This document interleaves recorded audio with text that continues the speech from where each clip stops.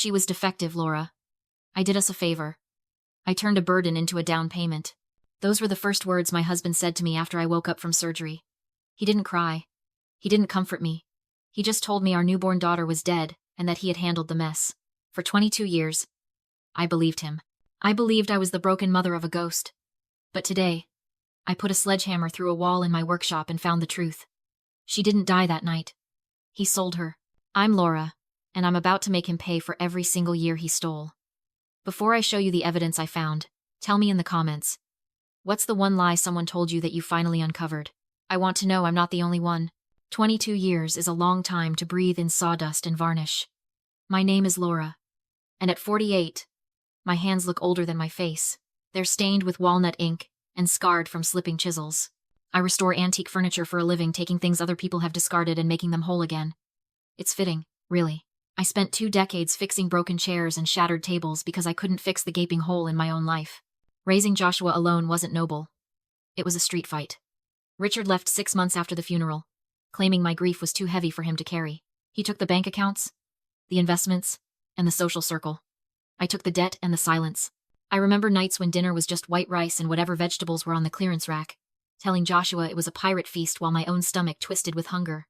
I remember the sharp, chemical burn of paint stripper stinging my nose at 3 in the morning because I had to finish a cabinet just to keep the lights on. Back then, I thought I was paying penance for being a mother who couldn't keep her baby alive. I didn't know I was paying for Richard's silence.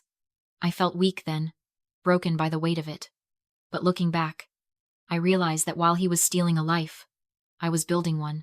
Every callus on my hand is proof that I didn't break. While I was scraping glue off my fingernails in a drafty garage, Richard was building a monument to his own ego. The Emily Hope Foundation. You've probably seen the billboards if you live in Texas. A beautiful, angelic baby surrounded by soft, heavenly light, promising to save sick children. That's my daughter. He turned her into a logo. He turned our tragedy into a tax write-off. He built a $20 million empire on a lie. He lives in a glass mansion overlooking the lake, drives imported cars that cost more than my entire workshop, and shakes hands with senators at fundraisers. To the world, he's the grieving father who turned unspeakable pain into purpose. He wears his loss like a custom-tailored suit, immaculate, expensive, and completely fake. Every year on Emily's birthday, he posts a tribute video, weeping on camera about his little angel and how much he misses her. I used to watch those videos and feel a crushing guilt that I couldn't move on with the same grace he did. I felt small. I felt like the defective ex-wife who dragged him down. But wood rot is a funny thing. You can paint over it. You can gild it. You can cover it in layers of expensive lacquer. But eventually, the structure gives way. Richard built a castle on a foundation of sand, convinced that the storm would never come back. He forgot that I'm the one who knows how to strip away the finish. I know how to find the cracks in the veneer. He thinks he's untouchable because he has the money and the microphone, but he forgot that I'm the one who holds the hammer. Richard's black luxury sedan pulled up to the workshop just as the sun was setting, casting long, bruised shadows across the yard. He didn't knock. He walked in like he still owned the place, his Italian loafers clicking on the concrete floor. He looked around with a sneer, wrinkling his nose at the smell of varnish and hard work. He was wearing a suit that probably cost more than my entire inventory. Michelle waited in the car, tapping on her phone, unwilling to step foot in my dusty world. "Laura," he said, his voice smooth, practiced. It was the voice he used on donors. The voice that made people open their checkbooks. "Still playing in the dirt, I see." I didn't stop sanding. "What do you want, Richard?" He placed a folder on my workbench, right on top of my tools. "We need a signature. For the gala next week. We're doing a special tribute video for Emily's 20th birthday memorial. We need access to her medical records from the hospital. Just a formality, really. To show how brave she was. Brave." He called a 3-day-old infant brave. I stopped sanding then. I looked at him. Really looked at him. He hadn't aged a day in 20 years. Money had insulated him from time. He looked healthy, vibrant, alive. And he was using our dead daughter as a prop for his vanity project. "You want to show her medical records?" I asked, my voice dangerously quiet. "To a room full of strangers? To donors, Laura. To people who can help us save other children." He smiled, that dazzling, empty smile. "And, of course, there's something in it for you. A consulting fee. $5,000. Cash." He pulled an envelope from his jacket pocket and set it next to the folder. $5,000. To him, it was lunch money. To me, it was 6 months of rent. But that wasn't the point. He was buying my daughter's privacy. He was buying my complicity. He was turning Emily into a commodity again. Just like he'd done when he walked out. It's a business transaction, Laura, he said, seeing my hesitation. Don't overthink it. You need the money. I need the signature. Everyone wins. That's when I saw it. The way he looked at me. Not with hatred, not even with pity. With indifference. To him, I wasn't a grieving mother. I wasn't his ex-wife. I was a liability to be managed. An obstacle to be bribed. He didn't see a person. He saw a line item on a spreadsheet. No, I said. His smile faltered. Excuse me? No. I won't sign. And I don't want your money. His face hardened. The charm evaporated, replaced by the cold, shark-like stare I remembered from the hospital room. Don't be stupid, Laura. You're small. Stay small. You think you have a choice? I'm offering you a courtesy. I can get those records without you. I just wanted to do this the easy way. Then do it the hard way, I said, picking up the envelope and shoving it back into his chest. Get out of my shop. He stared at me for a long moment, his eyes narrowing. Then he laughed, a short, sharp bark. Fine. Have it your way. But don't blame me when you're eating cat food in a trailer park. I tried to help you. He turned and walked out, the dust swirling in his wake. I watched his car drive away, the taillights disappearing into the dusk. My hands were shaking, not from fear, but from a rage so pure it felt like clarity. He needed those records. Desperately. Why? Richard never did anything out of sentiment. If he wanted those records, it was because they were worth something. Or because they hid something. I looked at the wall of my office, the one Richard had insisted on drywalling himself right before he left. He'd been obsessed with it, spending hours alone in there, claiming he was fixing the insulation. I'd never touched it. I'd been too busy surviving. But now, looking at that patch of wall, I felt a pull, an instinct. He thought I was small. He thought I was nothing. But he forgot that I'm a restorer. I know how to strip away the layers. I know how to find what's hidden underneath. I grabbed a sledgehammer from the rack. It was heavy in my hand. Solid and real. Stay small, I whispered to the empty room. I swung the hammer. The drywall cracked with a satisfying crunch. I swung again, and again, tearing through the plaster and paint, ripping away the facade he'd built. Dust filled the air, choking me, but I didn't stop. I kept swinging until I hit something that didn't sound like wood. Metal. I pulled away the insulation and there it was. A gray metal lockbox, taped securely to the studs, hidden for 20 years. My heart hammered against my ribs as I pulled it free. It was heavy. I carried it to the workbench, set it down, and grabbed a crowbar. Richard was right about one thing.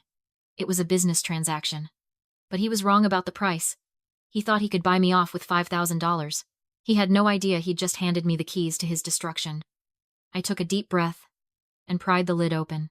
The lockbox was cold under my fingertips. It smelled like stale air and forgotten secrets. I pried the latch with a screwdriver, the metal groaning in protest. Inside, there wasn't gold or jewelry, just papers, a stack of them, yellowed at the edges but preserved in plastic sleeves. Top of the stack was a death certificate for Emily Durham. Cause of death, congenital heart defect. But the signature at the bottom caught my eye immediately. Dr. Eris Thorne. The ink was shaky, hesitant. And the date. The date was wrong. It was signed 3 days after Richard told me she died.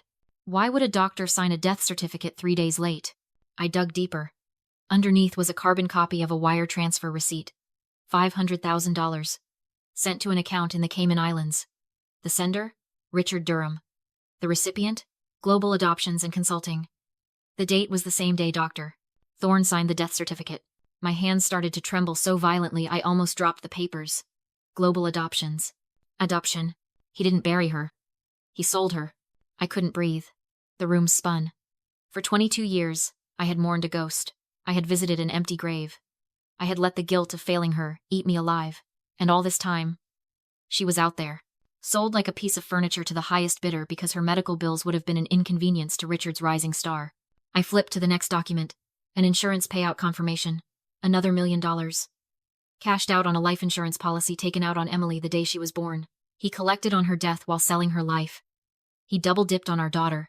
And at the very bottom, a thick, bound report with the EPA logo stamped on the front. Site assessment, 1402 Oak Street.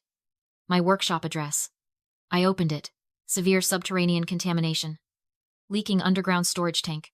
Petroleum hydrocarbons and lead. Remediation cost estimate. $5 million. Liability falls to property owner. The date on the report was 6 months before Richard walked out on me. Before he generously let me keep the workshop in the divorce settlement.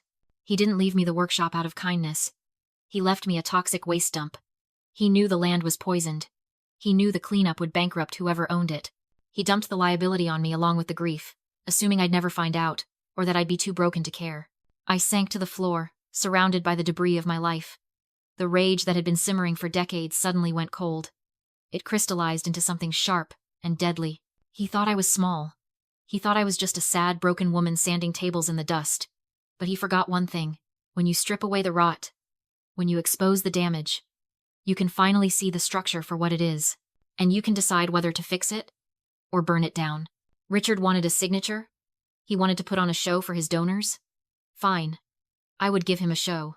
I picked up the phone and dialed Joshua. "Josh," I said, my voice steady for the first time in hours. "I need you to come to the shop and bring your laptop. We have work to do." Then I dialed a number I hadn't called in years. A number Richard thought I'd lost. "Hello?" A woman's voice answered, confused. "Michelle," I said. "This is Laura. Don't hang up." I found the box. There was a long silence on the other end. Then a terrified whisper. "Oh, God. If you want to stay out of prison," I said, looking at the EPA report, "you're going to help me, and you're going to start by getting me an invitation to the gala." Richard's assistant answered on the second ring. "Mr. Durham's office." "This is Laura," I said, pitching my voice into that trembling, fragile register I knew Richard expected. The voice of the broken ex-wife. I need to speak to him. It's urgent. Please." She put me on hold. 30 seconds later, Richard's voice came on the line, dripping with impatience. "I thought you said no, Laura. I'm busy." I know. I stammered. "I'm sorry about earlier. I was just overwhelmed." "But Richard, something happened. I was cleaning the workshop, like I said I would, and I found something." "Found what? Another family of raccoons?" "No. Oil." The silence on the other end was absolute. "Oil?" he repeated, his voice losing its edge. "I think so. I was digging near the foundation. There's this black sludge seeping up, and the old survey maps. I found some papers that say there might be a reserve underneath the property. Richard, I don't know what to do with it. I don't know how to handle rights or drilling or any of that. I'm scared I'm going to mess it up." I could practically hear the gears turning in his head. The greed overriding the suspicion. He knew the land. He knew the area. Oil wasn't impossible in Texas. And if there was oil, that toxic liability he dumped on me suddenly became a goldmine he'd thrown away. "Laura," he said, his tone shifting instantly to concern. "Calm down. Don't call anyone else. You know how these companies are. They'll cheat you. Let me handle it. Would you?" I let out a breathy sob. I want to give it to the foundation. For Emily. If it's worth something. I want it to help the children. I want to sign it over to you." "That's incredibly generous of you, Laura. Truly." I could hear the smile in his voice now. "The shark smelling blood. Why don't you come to the gala? We can make the announcement there. A surprise donation. It would mean the world to the donors to see us united for Emily." "The gala?" "I don't have anything to wear." "Don't worry," Richard said. "Michelle will send a dress. Just bring the deed. We'll have a notary on site and transfer the property on stage. It'll be the highlight of the night." "Okay," I whispered. "I'll do it." When I hung up, my reflection in the dark phone screen didn't look broken. It looked predatory. Richard thought he was manipulating a grieving, naive woman. He didn't realize he'd invited a Trojan horse into his empire. From the lockbox, I took the quitclaim deed, then the EPA report, the death certificate, the wire transfer receipt, and Joshua's flash drive. Michelle did send a dress. Silver, tight, meant to turn me into a trophy. I threw it away and chose a black silk suit instead. It wasn't a party outfit. It was armor. "Are you sure?" Joshua asked at the door. "Once we go in, there's no turning back." "That's the point," I said. "We're not going back." The gala was at the Street Regis. Richard's face smiled from banners beside a fabricated image of our daughter. Inside, diamonds glittered as he basked on stage, spinning lies about forgiveness. "And tonight," he announced, "my ex-wife Laura is here to make a historic donation." The spotlight found me. I stepped forward in black, not silver. I ignored his hand and went straight to the podium. "This is the deed to the workshop property," I said calmly. "Richard says it's the future of the foundation. Sign it," I added, handing him a pen. He did, smiling for the cameras. The crowd cheered. He thought he'd gained millions. You now own the land, I said into the mic, and the level 4 toxic waste buried beneath it. $5 million in federal cleanup fines. Effective immediately. The room froze. Then the screen behind him changed. The forged death certificate. The wire transfer to an illegal adoption broker. You didn't bury our daughter, I said. You sold her. The final audio played his own voice. Cold and undeniable. She was defective. I turned a burden into a down payment. Gasps erupted. Police and EPA agents closed in. Richard screamed as they cuffed him, his philanthropist mask collapsing under flashing lights. Outside, as they shoved him into a cruiser, he lunged toward me. I made you. No, I said quietly. You broke me. I fixed myself. By morning, the foundation was dissolved. His assets were frozen. Michelle turned state's witness. Richard would never leave prison. Joshua and I drove home in silence, light, peaceful silence. Back at the workshop, I taped Emily's real photo to the wall beside Joshua's graduation picture. She was no longer a secret. Justice isn't always loud. Sometimes, it's a signature on a piece of paper. If you believe the truth always finds its way into the light. I'll see you in the next story.